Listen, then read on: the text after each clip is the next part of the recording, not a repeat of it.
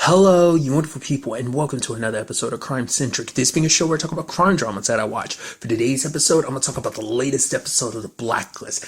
Another great episode. A lot of stuff we got to discuss that went down in this episode. Obviously, focusing on, first of all, our blacklist in this episode, the alibi, played by John Noble, which so much, John, obviously the first thing I ever saw him in, I think, was Fringe, where he played Walter Bishop. On Elementary, he played Sherlock's dad. Obviously, he played Henry, aka the Horseman of War, on Sleepy Hollow. So, quite a few things I know John Noble for. I actually trip out every time. I'm like, I swear there was something else I feel like that he's going to pop up in recently, and I don't remember what. I felt like it was something I came across that like I saw his name attached to it. I don't remember what, but nevertheless, I actually really like his whole getup as a blacklister. His whole thing is giving people alibis. That's kind of his whole shtick. It's because basically people who want to commit murders, rather than hooking said people up with hitmen, what he does is he creates the ultimate alibis for them so they can get away from murder. Because his thing is like, oh, rather than hiring someone to do it, I'm going to let you get the satisfaction of knowing you did it yourself. Oh, that's awesome.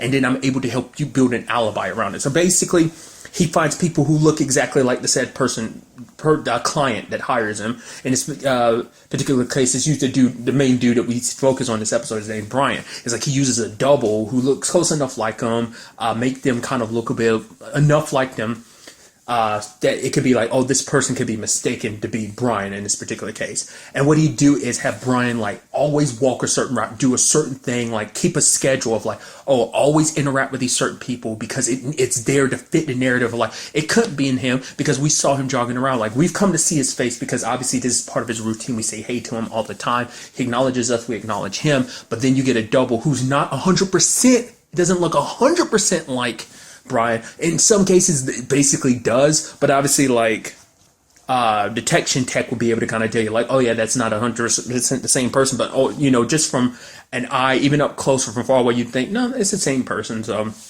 like I said, his whole thing is so interesting because it's also interesting how his character plays out to the point, like, because it seemed like scheduling was kind of his thing because at the beginning of the episode, it's like, you're 5 minutes late. We're kind of it's like, why are you so stickler for that? And it's like, well, because it fits the narrative because it's like you have to be here because it has to be part of your schedule. It has to be like, oh, you're here, and here. You do all this at specific times because if you do that, you set it up where people's like, oh yeah, I remember him exactly. He'd always stop by at exactly this time. It's like clockwork. It's kind of a bit of his schedule. So it kind of plays into that narrative. So I thought that was kind of a pretty neat aspect to him. What I really thought was kind of interesting too is the whole aspect is that Reddington let him go. Like obviously because Reddington sets the whole thing up so that you can know because I was like, okay, he got Brian's name because he picked up Brian's file from the alibis workshop essentially, and it's like, oh, he doesn't tell that task force. So I'm like, okay, so who are you trying to get to first? You're trying to get to Brian or the alibi? Turns out it's the alibi, which is almost a little sucky. It's because Reddington didn't give them Brian's name ahead of time. He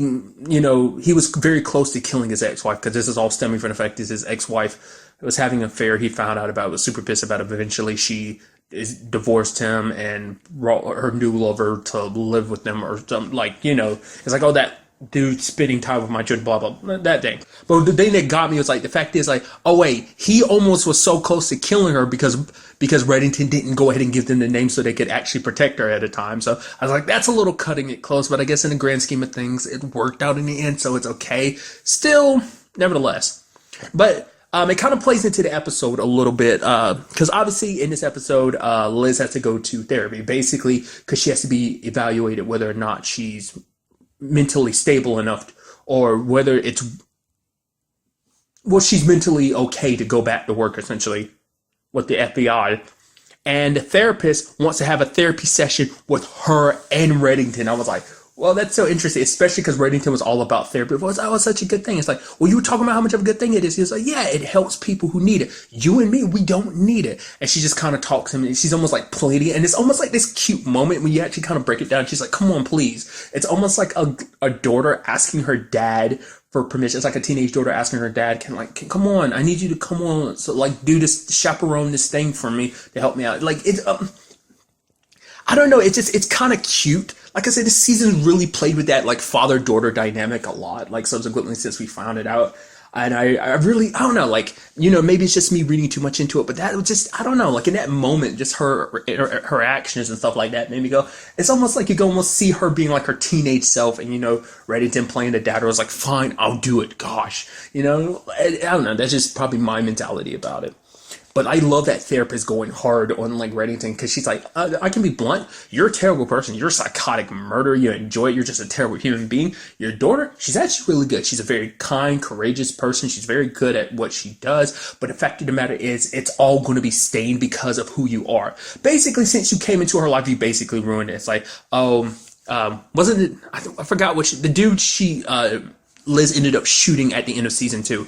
I think it was like, I forgot his title again. And they even brought up in the episode. Wasn't he like the attorney general? And it's like, oh yeah, her and Liz went on the run, but Liz is trying to defend herself. It's like, well, the fact of the matter is, I took down a huge member of a big, like, worldwide cartel. I mean, not cartel. Cabal. So it's like there's that, and trying to like give excuses and stuff like that. Which Reddington was kind of like, the fact of the matter is, you can say all you want, but judge Liz on who she really is. You take time to look past that anger and grief that she's going to do, you'll see who she really is. And it's like, oh, well, I see that she's nothing like me.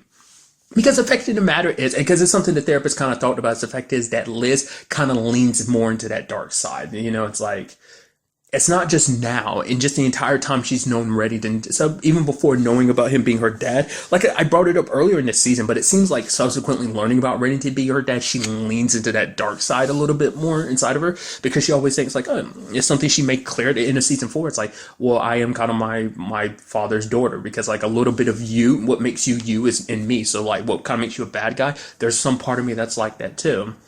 And but Liz has always crossed that line a little bit more when it came to Reddington, because you could tell even in the past, she kind of enjoyed hanging around Reddington, whether she really, whether she knew it or not, And so, but Reddington, like, you can always see Reddington's reaction sometimes when Liz does something.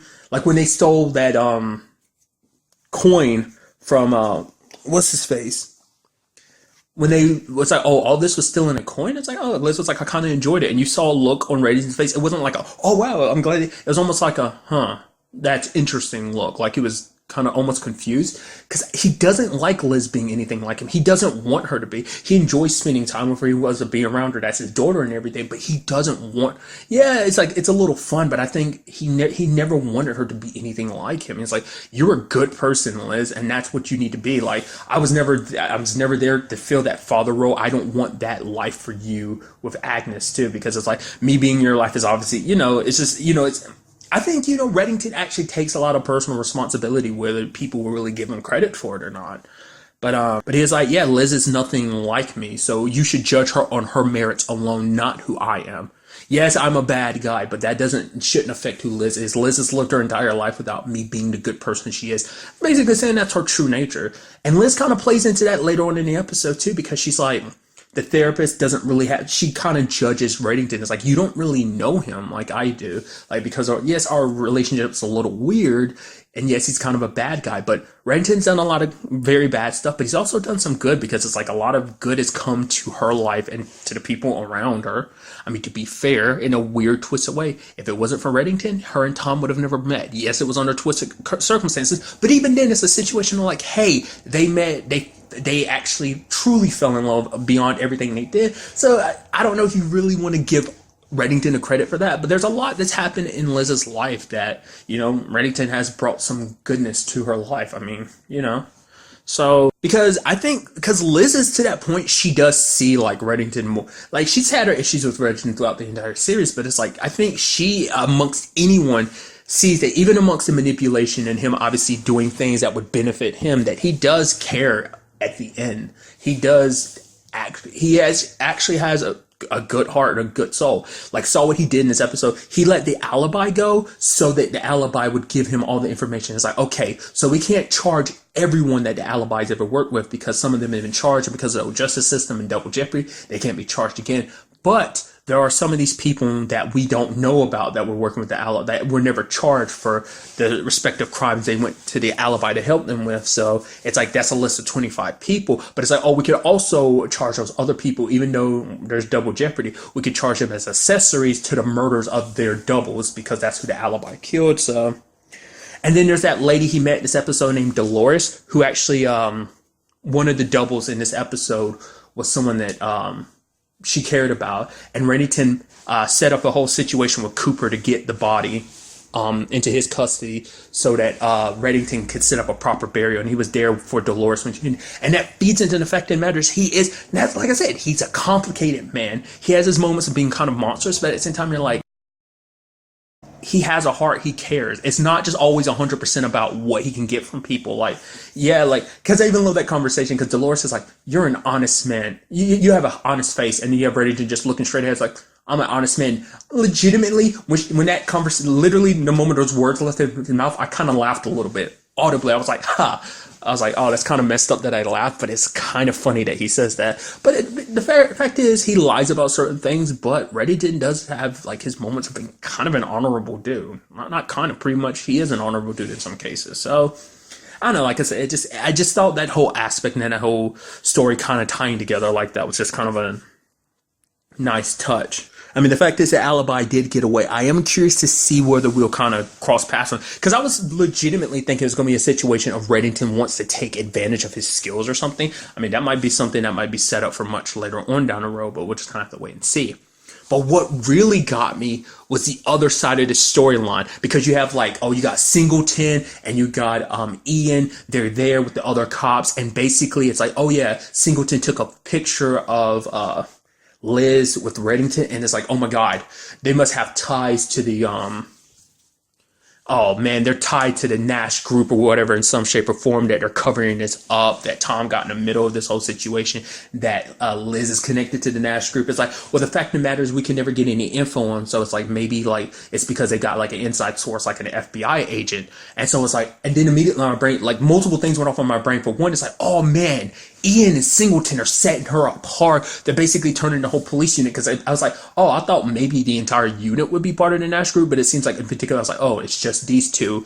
And it's like, oh, so the other cops are real cops, and now they're being used to manipulate. So they, like, Liz is in their radar, on their radar now, and now they know about Reddington too, which is supposed to be a huge government secret, which is kind of like a big problem for the task force. But nevertheless, what really caught me off guard then was later on when Singleton popped up in her apartment. It's like, oh, you're trying to play good guy? Yeah, she already knows because she saw you on the camera, which I thought was interesting. I was like, I wasn't expecting her to find out about Singleton. She's like, yeah, there's a whole dirty cop. And I was like, oh, I guess we found him. Turns out Singleton's not the damn dirty cop. I was like, what? That's a good twist, because they set him up to be one. But it's like, no, he's actually a good cop.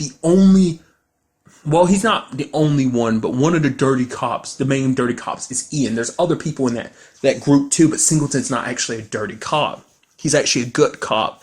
And like, he's like, I'm trying to figure this whole thing out. We're actually on the same side here and everything, because he figured out all Liz was doing. I was like, oh, you're trying to play her or whatever, aren't you? But then you hear the conversation from Ian. He's like, okay, well, just let Singleton lead us to her. And I'm like, oh my God, Singleton's actually a good guy. That's crazy.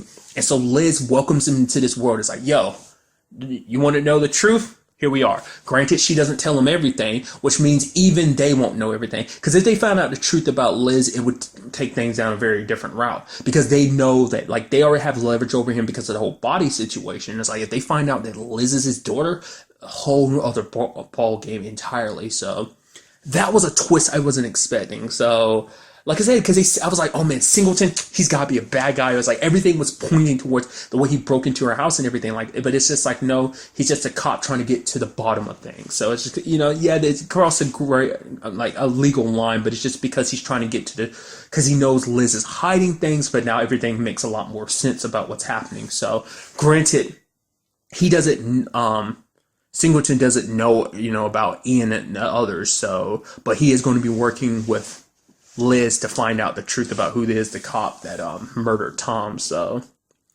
I'm very interested to see where that all goes forward with this whole situation, because I'm curious to see, will Singleton be willing to tell anything to his colleagues, especially now he knows there is a dirty cop amongst them. It's like, nah man, I don't know who I can really trust. So will he trust anyone? We'll just have to wait and see. Next episode, I caught some previews. I tried not to look too much at it, but some of the words that were popping up on screen make it seem like we are finally going to get the answers. Some of the truth is about to come out about this whole thing, about hopefully this body, like whose bones it is and everything. So next episode is going to be the episode where we hopefully get the full truth about whatever it is that Reddington's been hiding and why he's been going above and beyond to hide this, especially from Liz. Because I'm curious, because at the end of the day, like, where this all is going to take Liz, you know, because it's like, she wants revenge, but the thing is, it's something that's already been stated, like, it won't fill that hole in her heart. Like, she's not feeling anything now from all she's done, but eventually it will catch up to her. But there was also that sweet line from her in the episode. She's like, I am a widow, I am a mother, and I am a good cop, but at the same time, I am something else too. And it's like, what? I'm a daughter. And it's like, I was like, oh, that's so sweet. Because at the same time I brought it up, it's like she acknowledges, but it's not something I feel like she says aloud to a lot of people. There's also a part of me that was like, this therapist is shady. The way she's pushing you and everything, which I guess is kind of part of the whole thing to kind of get to the truth and everything. But it's like, I don't know. I was like, something's shady about you. You're actually part of this, aren't you? Because I don't know. But just who she is and just her response to Reddington, it's like, nah, you're just a good therapist trying to look out for a person that you think is very good. In this case, it being Liz. She's just trying to look out for her and make sure, and, it seems like she's almost playing like the Kate role because Kate wanted the separation between them because it's like, oh, like Liz will forever be dragged into your stuff because you were there because you're there in her life. And even Liz is kind of like, she's always kind of felt like there was someone looking over her, and now she kind of knows like her dad's kind of been secretly watching her from the shadows all these years. So I don't know, but like getting back to what I was saying, it's just, I don't know. I feel like you don't hear her say it out loud a lot, him being her dad and everything. She's never even called him dad, really. She's called him, like, she's referred to him being her dad and everything, but it's like, she's never just been like, dad. It's just, I don't know.